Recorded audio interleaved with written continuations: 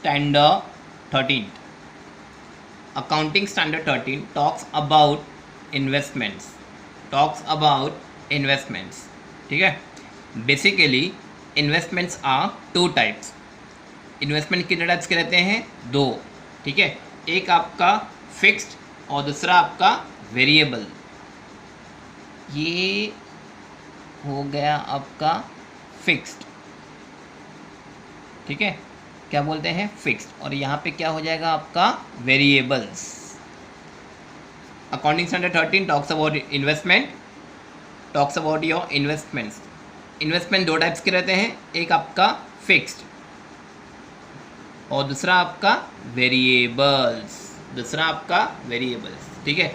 अब देखते हैं फिक्स्ड के अंदर क्या क्या रहता है. फिक्स मतलब क्या हुआ? आपने ऐसे जगह पे पैसा इन्वेस्टमेंट किया है, ऐसे जगह पे पैसा इन्वेस्टमेंट किया है कि आपको फिक्स रिटर्न ऑफ इनकम मिलेगा. Fix return of income. Clear? Basically investments all about your securities. किसके रिलेटेड? सिक्योरिटीज.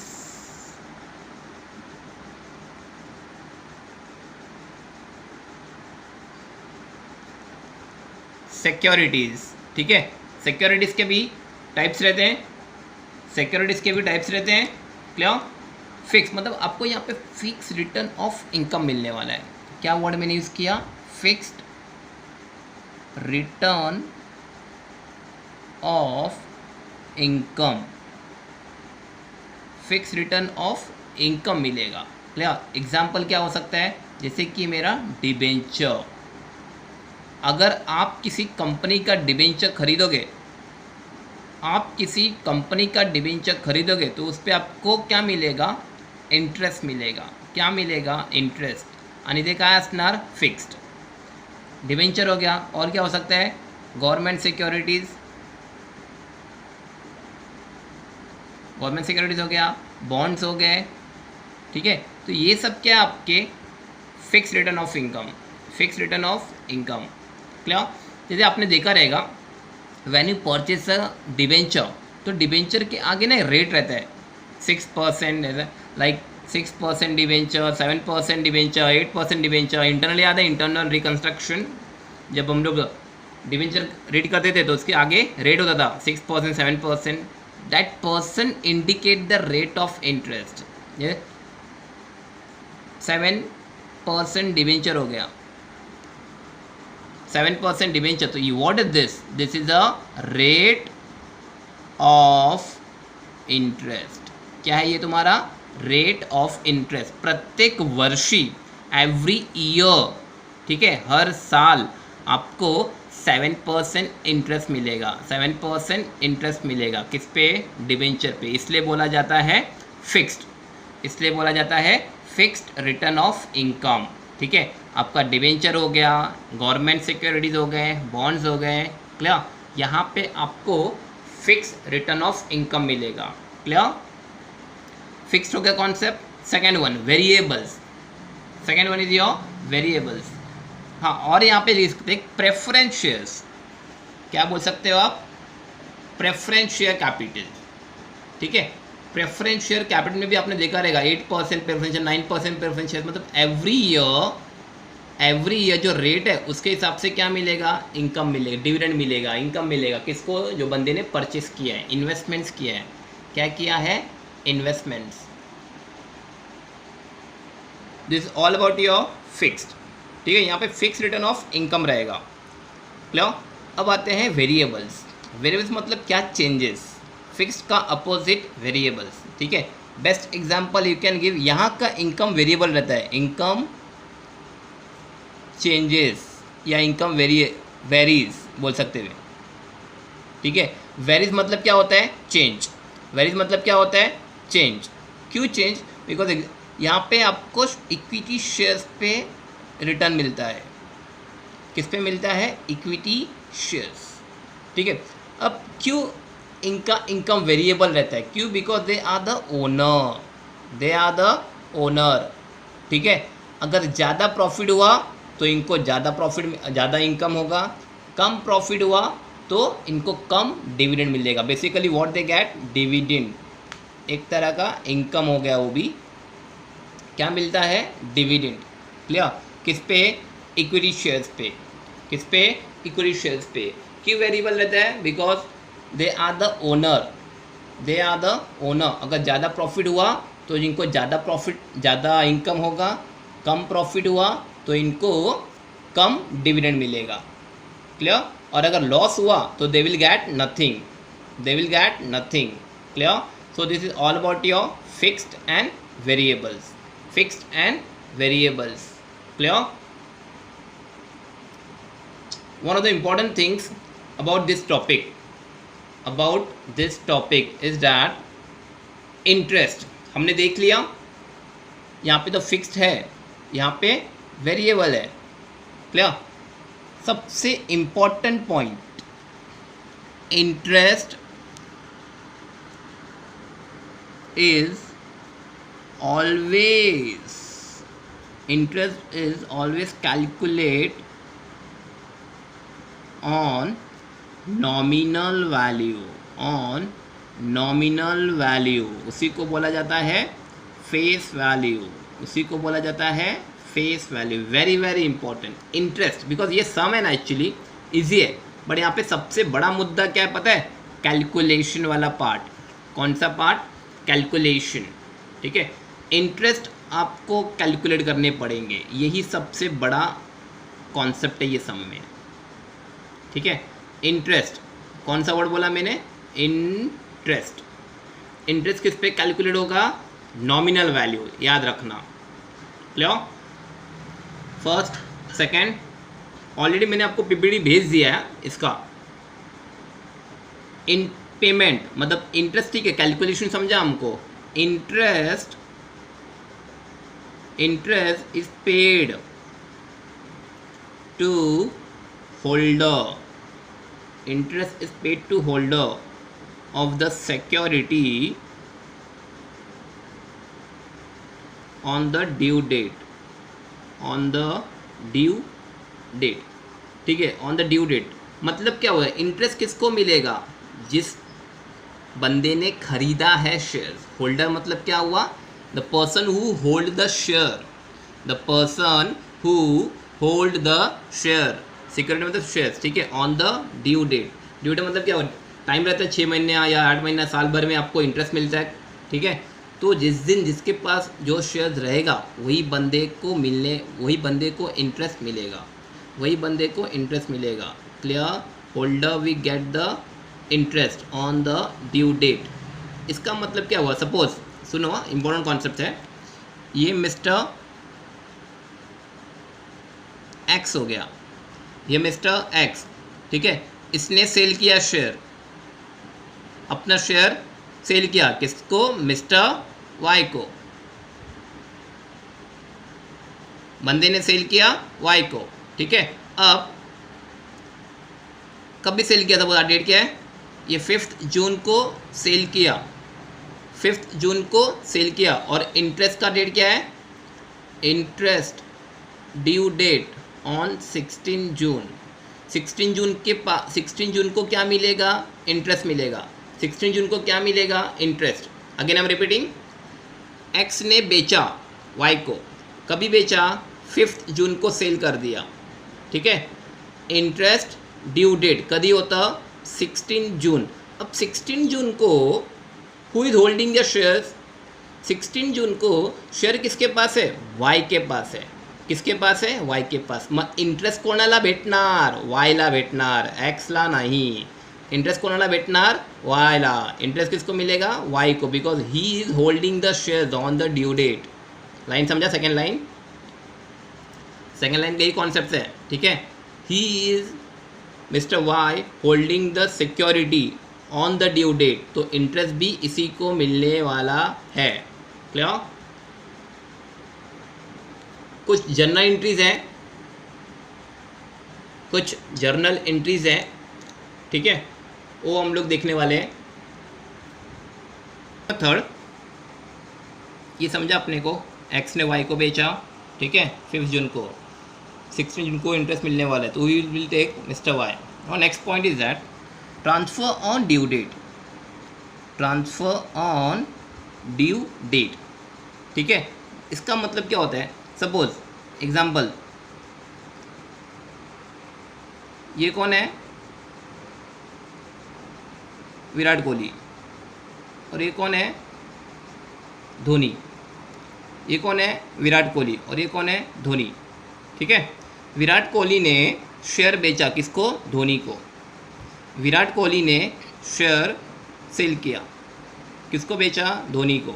ठीक है, दोनों कैप्टन हैं, एक रिटायर्ड, एक यंग ब्लड। ये बुढ़ा हो गया है, कुछ लोग गुस्सा आएगा। ठीक है, ये विराट है, ये धोनी। बंदे ने सेल किया धोनी को, ड्यू डेट के दिन ही सेल किया। ड्यू डेट मतलब जिस दिन इंटरेस्ट मिलने वाला है उसी दिन उसने सेल कर दिया। सपोज आज डेट क्या है? 22 जून। 22 जून को अपने को इंटरेस्ट मिलने वाला था। इंटरेस्ट रिसीव्ड ऑन 22 जून। 22 जून। ठीक है, ड्यू डेट भी आ गया, ड्यू डेट भी आ गया और सेल भी कर रहा है। ड्यू डेट भी आ गया और सेल, दोनों इवेंट एक ही दिन आ रहा है। दोनों इवेंट, सेल कभी हो रहा है? 22 जून। सेल कधी करतोय? 22 जून। सेल कधी करतोय? 22 जून। आणि ड्यू डेट कधी आला? 22 जून। दोनों इवेंट एक ही दिन हो रहा है। जब दोनों इवेंट एक ही दिन हो रहा है, सेल भी हो रहा है और ड्यू डेट भी आ रहा है, म्हणजे विराट सेल कर रहा है धोनी को 22 जून को, तो विराट सबसे पहले क्या करेगा पता है? विराट सबसे पहले क्या करेगा पता है? इंटरेस्ट ले लेगा। क्या ले लेगा? इंटरेस्ट। उसके बाद बोलेगा हाँ भाई ये ले, धोनी को सेल कर देगा शेयर्स। ठीक है, बिकॉज वो पहले का ओनर है, वो पहले का ओनर है, बहुत पहले से होल्ड करके रखा है। ठीक है, तो देखो यहाँ पे क्या लिखा है? If security transfer on the exact date when interest fall due. Clear? Again repeating, when security transfer on the exact date when interest fall due, the entire interest, पूरा का पूरा इंटरेस्ट, ठीक है, up to the date, up to that due date belongs to the seller, belongs to the seller। मतलब क्या? अगर security transfer हो रहा है, ट्रांसफ़र मतलब सेल होना, ट्रांसफ़र मतलब सेल होना, कौन सा date? On the exact date when the interest fall due, मतलब जो इंटरेस्ट का ड्यू है, जो इंटरेस्ट का ड्यू है। ट्रांसफ़र मतलब sale, exact date when interest fall due मतलब जिस दिन इंटरेस्ट मिलने वाला है। द एंटायर इंटरेस्ट मतलब पूरा का पूरा इंटरेस्ट, पूरा का पूरा interest up to that due date, जो पूरा का पूरा इंटरेस्ट रहेगा up to that due date belongs to the seller, belongs to the seller. अब यहाँ पे सेलर कौन था? विराट कोहली। सेलर कौन था? विराट कोहली। परचेसर कौन है? धोनी। तो पूरा 22 तारीख को सेल भी कर रहा है और 22 तारीख को ड्यू डेट भी है। 22 जून को सेल भी कर रहा है, 22 जून को ड्यू डेट भी है। म्हणजे सेल करने से पहले पूरा का पूरा इंटरेस्ट कौन लेगा? विराट। इंटरेस्ट कौन लेगा? विराट। एक बार इंटरेस्ट लेगा फिर इसको बेच देगा, किसको? धोनी को। फिर जो नेक्स्ट इंटरेस्ट रहेगा हु विल टेक? धोनी भाई, हु विल टेक? धोनी भाई। ठीक है, पॉइंट नंबर 4, यहाँ पे बात करते हैं एक्स इंटरेस्ट। क्या है? Ex interest. एक्स आपको तो पता ही होगा एक्स क्या होता है, ठीक है, डोंट लाफ। एक्स मतलब एक्सक्लूडिंग, एक्स मतलब एक्सक्लूडिंग, ठीक है। और दूसरा वर्ड है यहाँ पे कम इंटरेस्ट। ये वर्ड, ये क्वेश्चन में आपको बार बार आएंगे, तो you should know the meaning. Cum मतलब इंक्लूडिंग, कम मतलब इंक्लूडिंग, क्लियर। एक्स मतलब एक्सक्लूडिंग, कम मतलब इंक्लूडिंग, एक्सक्लूडिंग इंटरेस्ट, ठीक है। मतलब व्हाट, आपको कुछ शेयर्स दिए जाएंगे, उसके अंदर लिखा जाएगा कि एक्सक्लूडिंग इंटरेस्ट है, कम इंटरेस्ट है, तो we have to calculate the interest. हमको क्या कैलकुलेशन करना पड़ेगा? इंटरेस्ट का कैलकुलेशन करना पड़ेगा। और इंटरेस्ट किस पे कैलकुलेट होता है? Nominal value. या किस पे कैलकुलेट होता है? Nominal value. ये पॉइंट बहुत इंपॉर्टेंट है, ये बार बार आपको क्वेश्चंस में आएंगे, तो you should know the concept. X मतलब एक्सक्लूडिंग इंटरेस्ट, कम मतलब इंक्लूडिंग, मतलब इंटरेस्ट के अंदर इंक्लूड है। अच्छा, दोनों में फ़र्क क्या है? सुनो, दोनों में फ़र्क क्या है? एक्सक्लूडिंग रहेगा तो क्या करना पड़ेगा, ऐड। क्या करना पड़ेगा, ऐड, क्योंकि ऑलरेडी एक्सक्लूडिंग है। और अगर कम रहेगा, इंक्लूडिंग रहेगा, तो क्या करना पड़ेगा, लेस। क्या करना पड़ेगा, लेस। ठीक है, ये क्वेश्चन प्रैक्टिकल करते वक्त वी विल डू परफेक्टली। फिलहाल टाइमिंग के लिए याद रखो, एक्स मतलब एक्सक्लूडिंग और कम मतलब including. Clear? Including what, including interest. Clear? Journal entry, क्या देखने वाले हैं हम, जर्नल एंट्रीज। ठीक है, जर्नल एंट्री क्यों, बिकॉज आप इन्वेस्टमेंट कर रहे हो। इन्वेस्टमेंट इट इज़ लाइक पूरा शेयर मार्केट है, जो सिक्योरिटीज आप शेयर कर खरीदते हो, सेल करते हो, वही हम देखेंगे। जो खरीदेंगे, बेचेंगे, इंटरेस्ट कम रहेगा, एक्स रहेगा, प्रॉफिट हो रहा है, लॉस हो रहा है, ये सारे journal entries we are going to see. ठीक है, सबसे पहले क्या था, परचेज। परचेज भी क्या है, एक्स इंटरेस्ट। क्या है, एक्स इंटरेस्ट। ठीक है, परचेज करोगे तो आपको क्या मिलेगा, इन्वेस्टमेंट मिलेगा। What you will get, investment. ठीक है, तो investment account debit, investments account debit. Clear? ये क्या था ब्रैकेट के अंदर, एक्सक्लूडिंग इंटरेस्ट।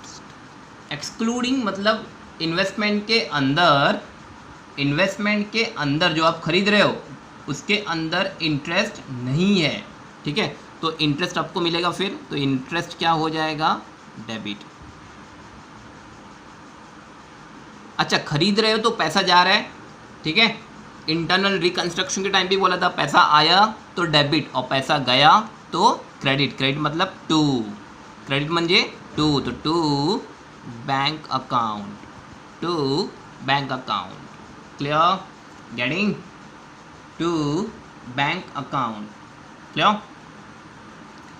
अब ये जो यहाँ पे है, this will be your cost price, this will be your cost price, this will be your interest, this will be your interest, जो आउटस्टैंडिंग इंटरेस्ट रहेगा वो वाला अमाउंट, और ये आपका बैंक टोटल पेड, आपको इतना जो पे करोगे। ठीक है, सपोज इन्वेस्टमेंट है 100 रुपये का, इंटरेस्ट है 10 रुपये का, तो टोटल कितना हो गया, 110 रुपया। टोटल कितना हो गया, 110। आपने इन्वेस्टमेंट खरीदा, एग्जाम्पल दे रहा हूँ, एग्जाम्पल, इन्वेस्टमेंट है सपोज 100, इंटरेस्ट कितना मिला आपको, 10%, 10 रुपया। म्हणजे तुम्ही किती, सामने वाले को कितना देना पड़ेगा, 110 रुपया, 110 रुपया। क्लियर? ये था परचेज, ये था परचेज। परचेज का अपोजिट क्या होता है, देखो, सेल। परचेज का अपोजिट क्या होता है, सेल। यहाँ पे भी क्या है, एक्स इंटरेस्ट। तो ये जो एंट्री आपने मारा, इसका ठीक अपोजिट, सेल करोगे तो आपको क्या मिलेगा, पैसा। पैसा बोला तो bank account debit, bank account debit to investment to interest. Clear? Same concept. इस परचेज का अपोजिट सेल, परचेज का अपोजिट सेल। ठीक है, अब सेम थिंग यहाँ पे भी वही रहेगा, कॉस्ट प्राइस, और इधर अक्रूड इंटरेस्ट, अक्रूड म्हणजे आउटस्टैंडिंग, और ये पूरा का पूरा आपको जो पैसा आपको मिल रहा है। क्लियर? टोटल प्राइस, एल्ला बोलना total price. Come to this here, purchase. Purchase फिर से कर रहे, but now it is a part of your cum interest, it is a part of your cum interest. ठीक है, it is a part of your cum interest. तो purchase करोगे तो क्या मिलेगा आपको, सेम एंट्री, जो यहाँ पे एंट्री मारा था वही एंट्री यहाँ पे भी रहेगा, वही एंट्री यहाँ पे भी रहेगा। ठीक है, तो अब क्या करोगे, investment account debit, investment account debit. ठीक है, फिर इंटरेस्ट अकाउंट डेबिट। खरीद रहे हो तो पैसा जा रहा है मतलब to bank account, to bank account. Clear? दोनों में फ़र्क क्या है याद रखना। Here it was ex interest, here it was ex interest, and here it was cum interest. ठीक है, here it was cum interest. ठीक है, ये जो इन्वेस्टमेंट खरीदोगे ना, इसके अंदर इंटरेस्ट रहेगा तो आप क्या करोगे, लेस करोगे, क्या करोगे, लेस। ठीक है, मैंने आपको इसके पहले लुगड़िया शोया बोला था ना, जब कम रहेगा, कम इंटरेस्ट, तुम्ही काय करणार, लेस करणार, तुम्ही काय करणार, लेस, आणि जर एक्सक्लूडिंग असेल तुम्ही काय करणार, ऐड करणार, क्या करोगे, ऐड, फ़र्क। तो यहीं पे भी वही करना है हमको, परचेस कम इंटरेस्ट है, क्या करोगे, जो खरीदोगे इसमें से लेस कर दोगे, price minus interest, price minus interest.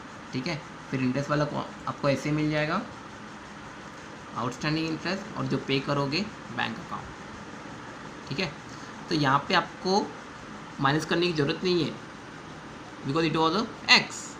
यहाँ पे आपको माइनस करने की ज़रूरत है, यहाँ पे आपको माइनस करने की ज़रूरत है, क्यों, क्योंकि यहाँ पे कम है।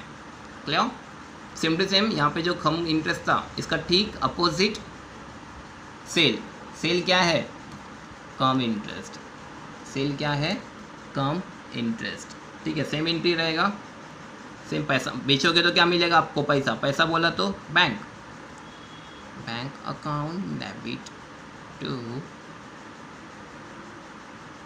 Investments account to interest account to interest account. ठीक है, टू इंटरेस्ट अकाउंट सेम रहेगा, आपने जो बेचा आपको पूरा पैसा मिलेगा, ब्रैकेट में क्या लिखोगे, price minus interest, minus interest, और यहाँ पे आपका इंटरेस्ट वाला अमाउंट। क्लियर, ये चार जनरल एंट्रीज एक दूसरे से रिलेटेड थे, परचेस, ठीक है, ex interest, same to same इसका अपोजिट सेल, एक्स इंटरेस्ट।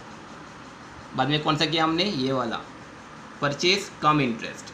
क्या था इसमें से, इन्वेस्टमेंट का जो अमाउंट रहेगा त्याच्यातून आपण इंटरेस्ट लेस करना, इन्वेस्टमेंट का जो अमाउंट था जो आप परचेस कर रहे हो वो कम था म्हणून इंटरेस्ट उसमें से लेस करोगे। सपोज एग्जांपल, इन्वेस्टमेंट के अंदर कितना था, इंक्लूडिंग है ये 105,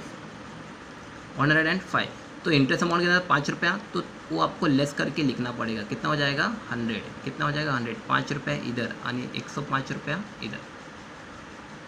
क्लियर, ये प्रैक्टिकल सम्स करेंगे तो आपको परफेक्ट समझेगा। Same to same in fourth one, bank to interest to fifth. Clear, profit on sale, मतलब आपने जो सेल किया उस पर आपको क्या हुआ, प्रॉफिट, फ़ायदा हुआ, मुनाफा हुआ। ठीक है, अब जब मुनाफा हुआ तो उसका एंट्री मारना पड़ेगा।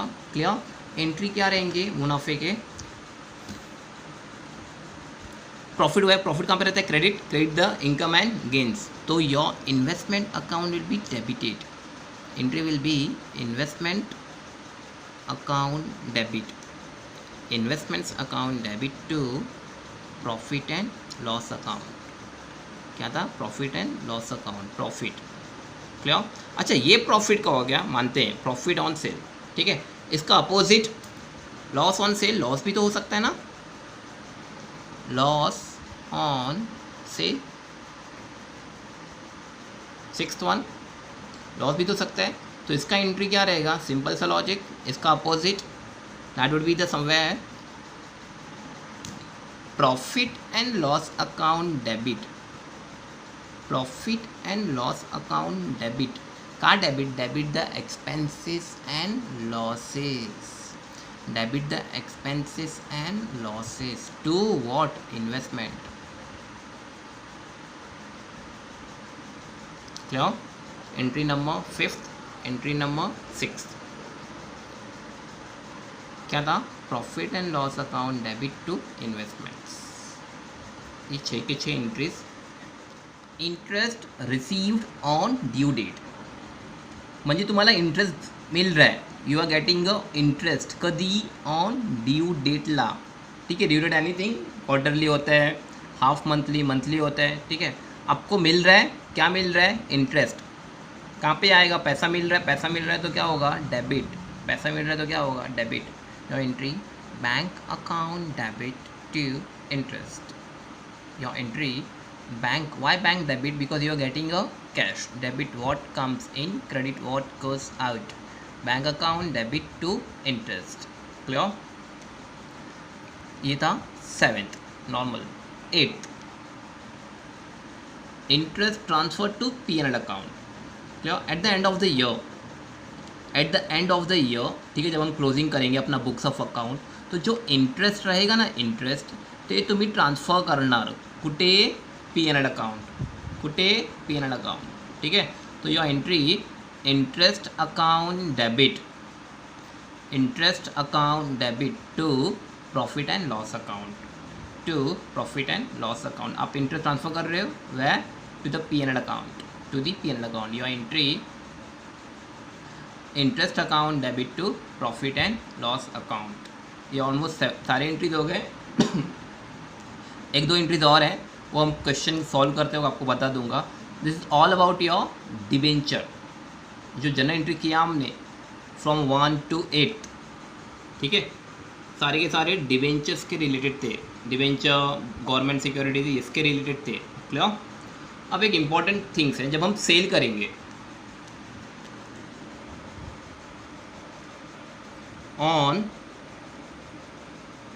On each sale, on each sale profit and loss is calculated. Profit and loss is calculated as, ठीक है, मतलब जब आप सेल करोगे ना, जब सिक्योरिटी सेल करोगे तब तक आपको क्या कैलकुलेट करना पड़ेगा? Profit and loss. सिंपल सा लॉजिक है. आप कोई भी चीज़ बेचते हो, आप कोई भी थिंग्स सेल करते हो, कोई भी थिंग्स सेल करते हो, मग तुम्ही कॅल्क्युलेट करतात तुम्हाला प्रॉफिट होतो आहे की लॉस होतो आहे. क्लियर? वैसा ही जब सिक्योरिटी सेल करोगे, ठीक है मिस्टर वाई, क्लियर, ये बंदा कुछ भी सेल करता है तो क्या कैलकुलेट करता है? P&L account. उसको प्रॉफिट हो रहा है या लॉस हो रहा है, ये कैलकुलेट करता है. सेम थिंग हमको भी वही करना है. ठीक है. बट आपके पास सबको 2-3 कंपनी के शेयर आपने खरीदे, बेचोगे, तो उस पर कैसे कैलकुलेट किया? तो उसका एक फॉर्मूला है. क्या है? फॉर्मूला. ठीक है. That is equals to number of, important है, पूरा सम इस पर डिपेंड है, याद रखना. ये रॉन्ग हुआ, पूरा sum wrong. Number of security sold, number of security sold upon number of security sold, मतलब आप कितना सिक्योरिटीज आपने बेचा, तुम्ही किती सिक्योरिटीज सेल केलं. ठीक है. Upon number of total securities,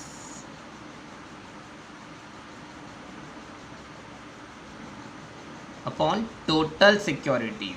clear? Multiply total cost of investment, total cost of investment on date of transfer, date of transfer. Clear? तो ये आपका क्या हो गया? फॉर्मूला. ये आपका क्या हो गया? फॉर्मूला. जब भी आप सेल करोगे तो प्रॉफिट एंड लॉस कैलकुलेट करोगे, तो उसका फॉर्मूला क्या है? Number of securities sold, number of securities sold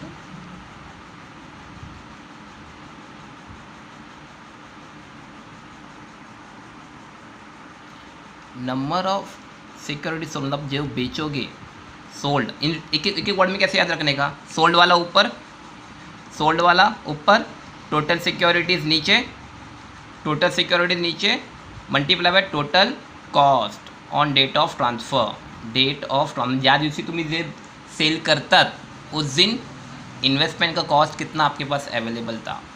clear? ये आपका सबसे बड़ा कॉन्सेप्ट, ये आपका सबसे बड़ा कॉन्सेप्ट. ठीक है. लास्ट पॉइंट जो है क्लोजिंग, ऑन क्लोजिंग डेट. ठीक है. Investment, very very important, investment is recorded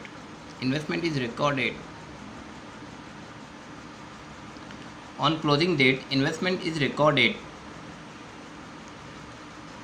lower of cost price, CP म्हणजे कॉस्ट प्राइस और मार्केट प्राइस। आपको याद रहेगा मैंने स्टेटस पे भी डाला था ये वर्ड। ऑन क्लोजिंग डेट म्हणजे फाइनेंशियल ईयर क्लोज करना है अपने को 31 मार्च को, ठीक है, जो भी है आपका डेट। तो इन्वेस्टमेंट हम किस पे रिकॉर्ड करते हैं, इधर ऑन कॉस्ट प्राइस, या तो ऑन कॉस्ट प्राइस पे या फिर ऑन मार्केट प्राइस पे, दोनों में से जो लोअर रहेगा, दोनों में से जो लोअर मतलब छोटा, लोअर मतलब छोटा, क्लियर। ये थे आपके पूरे के पूरे investment theories about your debenture, ठीक है। Thank you.